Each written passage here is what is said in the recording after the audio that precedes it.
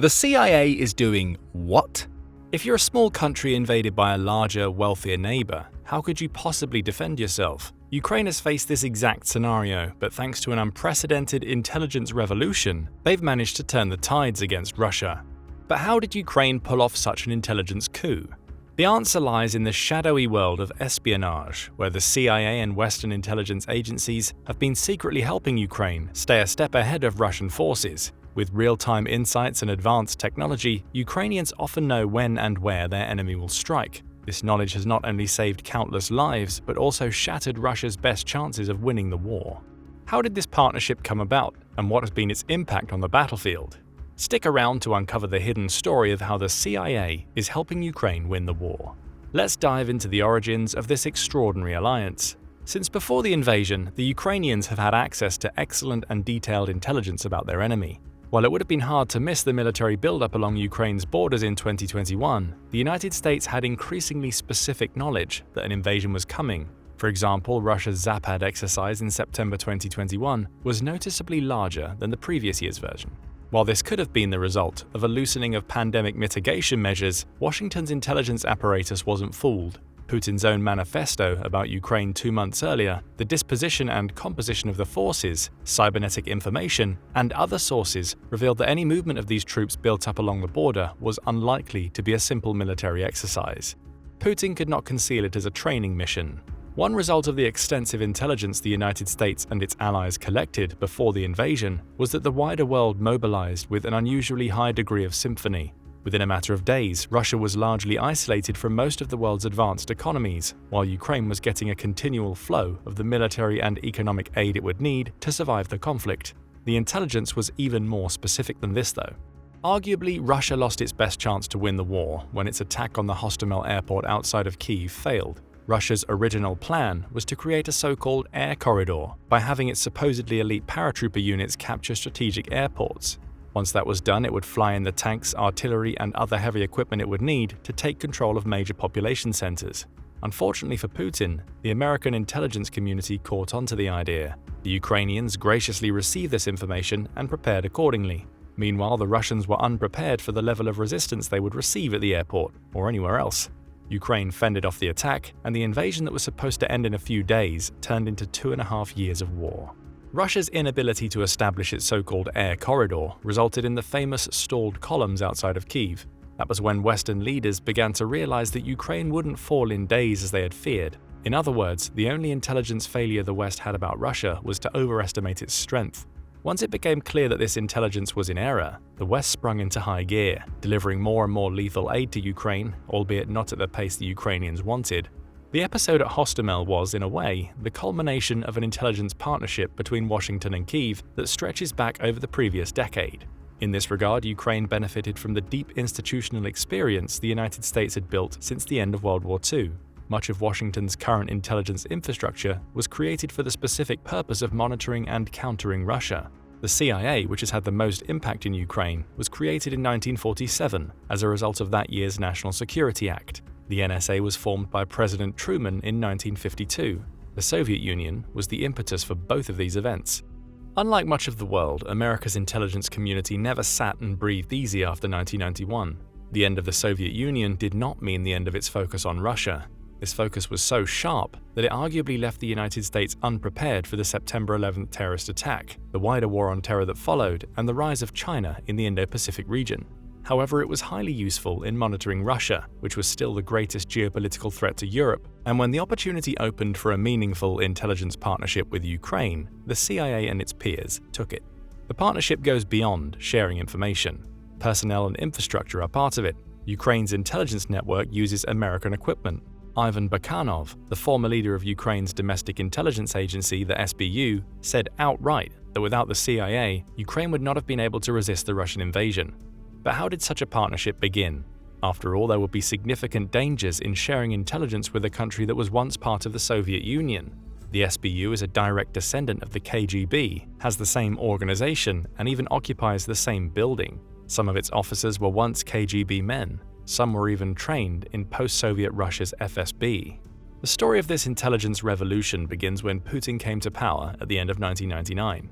At that time, the prospect of a renewed Russian threat to Europe started to become more real. Even as the West continued to invest a lot of diplomatic and economic resources to bring Russia in as a cooperative player in the post-Cold War order, the American intelligence community remained wary, not enjoying the so-called peace dividend. In 2005, Putin lamented that the end of the Soviet Union was the worst tragedy of the 20th century. 2 years later, he began to confirm a lot of the uneasiness of America's intelligence warriors. In Munich, he harshly criticized the United States and the post-Cold War international order. The attempt to create a world in which there was one master, one sovereign, he said, was pernicious. The following year, Putin invaded Georgia, reminding Washington's intelligence apparatus to keep itself sharp. Meanwhile, as Putin was trying to end Russia's strategic retreat, the people of Ukraine wanted to retreat from Russia with increasingly fervent intensity. In 1994, post-Soviet Ukraine agreed to give up what was then the world's third-largest nuclear arsenal in exchange for guarantees to its sovereignty and the integrity of its then recognized borders. For the next 20 years, Russia was fine with this agreement, as it kept Ukraine within its sphere of influence through a series of puppet rulers. However, when Ukrainian President Viktor Yanukovych rejected the chance to deepen Ukraine's ties with the European Union in favor of even more integration with Russia, his people revolted and sent him packing to the country he really seemed to love. Yanukovych didn't go alone, though. Many of the Kremlin's most loyal assets, including top intelligence officials, went with him. The new Ukrainian regime was decidedly anti-Russia in strategic outlook and refused to toe the Kremlin's line any further. Russia's cronies sabotaged Ukraine's intelligence capacity on their way out. Documents were burned and all the computers were infected with malware. However, this proved to be a blessing in disguise. The new government's man in charge was Valentin Nalvachenko. Western intelligence agencies knew about him. He was an intelligence veteran that had reached out to his Western counterparts before, but political developments from the 1990s onward prevented the creation of a good intelligence relationship. Nalvachenko understood that he needed to start the SBU over from scratch, and he wanted the CIA's help to do this. However, he had a problem on his hands. The CIA may have been cool with Nalvachenko, but the agency was not cool with the SBU. It was so infiltrated by Russian spies that the CIA viewed it as a branch of Russia's FSB. Case in point, when then CIA Director John Brennan came on a supposedly secret visit shortly afterward, Russian social media trolls mocked him and telegraphed his trip to the world. The top spooks may have fled with the former leader, but the SBU was still heavily infiltrated. But Washington wasn't keen to throw the opportunity now in front of it away. It agreed to a limited partnership with Nalvachenko. It would help him to root out the Russian spies in the SBU. It would also share intelligence about the separatists in Ukraine, but not information that could be used in a military setting. The Obama administration did not want to do the latter. It still believed it could repair relations with Russia, and it did not want to risk new security problems for a militarily unprepared Europe while it attempted its pivot to Asia strategy in the wake of a rapidly emerging and much more formidable Chinese threat. Nalvachenko was disappointed with this, but did all he could to help the relationship blossom. Looking back on events in an interview 10 years later, he said that within a week, 90% of the remaining top leadership in the SBU was fired. Nalvachenko understood that rooting out the Russian assets in the SBU was the first thing he needed to do to demonstrate to Washington that Ukraine was now serious about breaking away from Russia's orbit. Fortunately for him, American intelligence had deeply infiltrated Russia's spy networks. It had experience doing so for the better part of a century after all. The two cooperated and began removing Russian spies. Nalvachenko offered another attraction to build trust with his Western counterparts.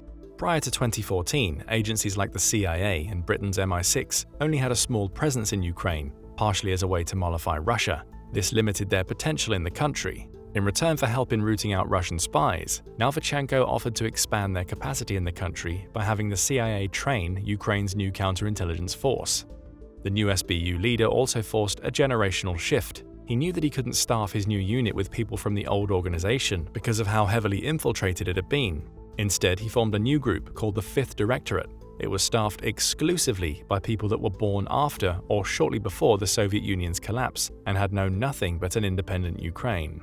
The new posture of the SBU quickly proved itself as Nalvachenko deployed his agents to root out Russian spies throughout Ukraine.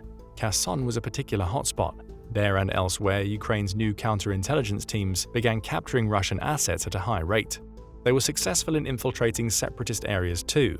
The Ukrainians transmitted this information to Washington in a steady stream from the beginning. They also tipped the UN off to many of the crimes that Russia was committing on Ukrainian soil. Ukraine made the most of all of this in the wake of a tragedy. Malaysia Airlines Flight 17 was shot down in separatist-controlled airspace in eastern Ukraine. Both sides blamed the other for the incident, but unfortunately for the Russians and their separatist allies, the new SBU would prove itself here. The 5th Directorate intercepted a call involving Igor Bezler, a separatist leader. The call tipped him off about a bird flying toward him only 2 minutes before Flight 17 was hit. 20 minutes later, Bezler called a Russian intelligence official and said that a plane had been shot down. The rebels even confirmed that this conversation took place, but that it supposedly referred to a Ukrainian aircraft. The timing was a little too convenient, though.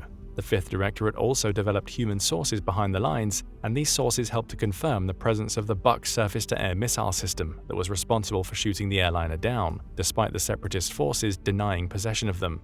Already impressed by Ukraine's ability to root out Russian spies, the episode involving Flight 17 proved to be an important tipping point for the burgeoning relationship the CIA had with its Ukrainian counterpart.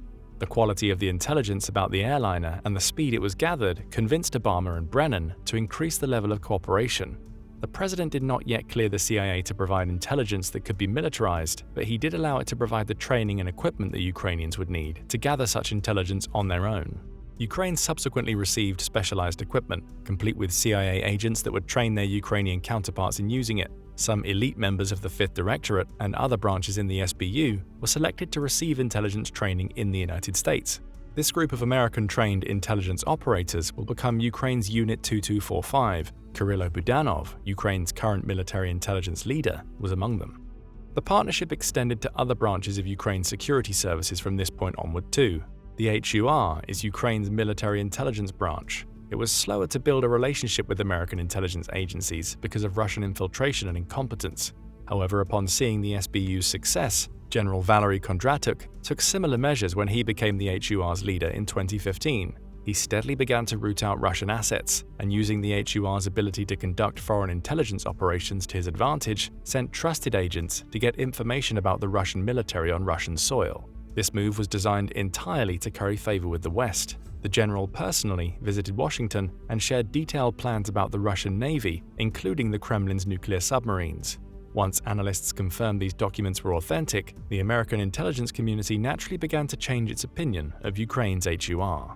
In 2016, the CIA agreed to help modernize the HUR through training and equipment, but it demanded that the Ukrainians continued to get rid of anyone with Russian sympathies in their ranks. This phase was called Operation Goldfish.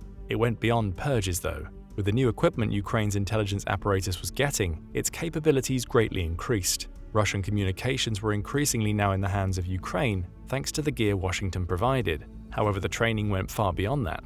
Human intelligence was not ignored. Ukrainian agents were trained to assume fake Russian personas and gather secrets that way too. To support this effort, 12 hidden forward operating bases were built near the Russian border. Surprisingly, or maybe not, the Russians were largely in the dark about how robust the intelligence partnership between the two countries had become. The CIA continued to train new agents and spread them throughout Ukraine.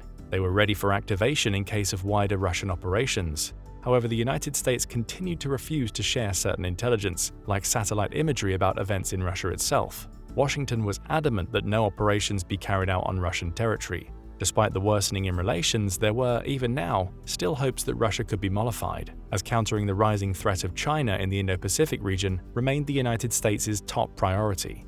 Ukraine rankled at this prohibition, as it wanted to translate this new capability into greater lethality. The United States still largely opposed this, which led to tensions. For example, Ukraine discovered intelligence that Russia would deploy attack helicopters to Crimea.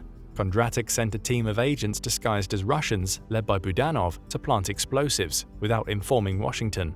The effort was unsuccessful, as a clash occurred with Russian commandos, who were tipped off thanks to a security breach in the HUR. The team led by Budanov suffered casualties and wound up having to swim back to friendly territory. It was an extraordinary feat, but nevertheless, the botched operation cost Kondratyuk his job. The fallout in Washington from the failed Crimean raid was extensive, and it further demonstrated Ukraine's security problems, as a call from Vice President Biden to Ukraine's President Petro Poroshenko was intercepted and leaked on the internet. This leak added to the fallout and resulted in many American national security officials calling for the CIA's partnership with Ukraine to end. However, the partnership ultimately proved too valuable to shut down. The Ukrainian efforts were pouring intelligence on Russia into the CIA headquarters at Langley, Virginia, aiding America's already significant penetration of its old Cold War enemy. By the end of the Obama administration, the partnership had produced such results that Russian equipment like drones was routinely winding up in the CIA's hands. These drones were promptly reverse-engineered and their encryption broken. Meanwhile, on the day after the failed Crimean raid, there was an explosion in the separatist part of Donetsk Oblast, which killed a local commander, Arsen Pavlov. It was a demonstration of Ukraine's ability to combine intelligence and lethality, despite America's hesitation about it.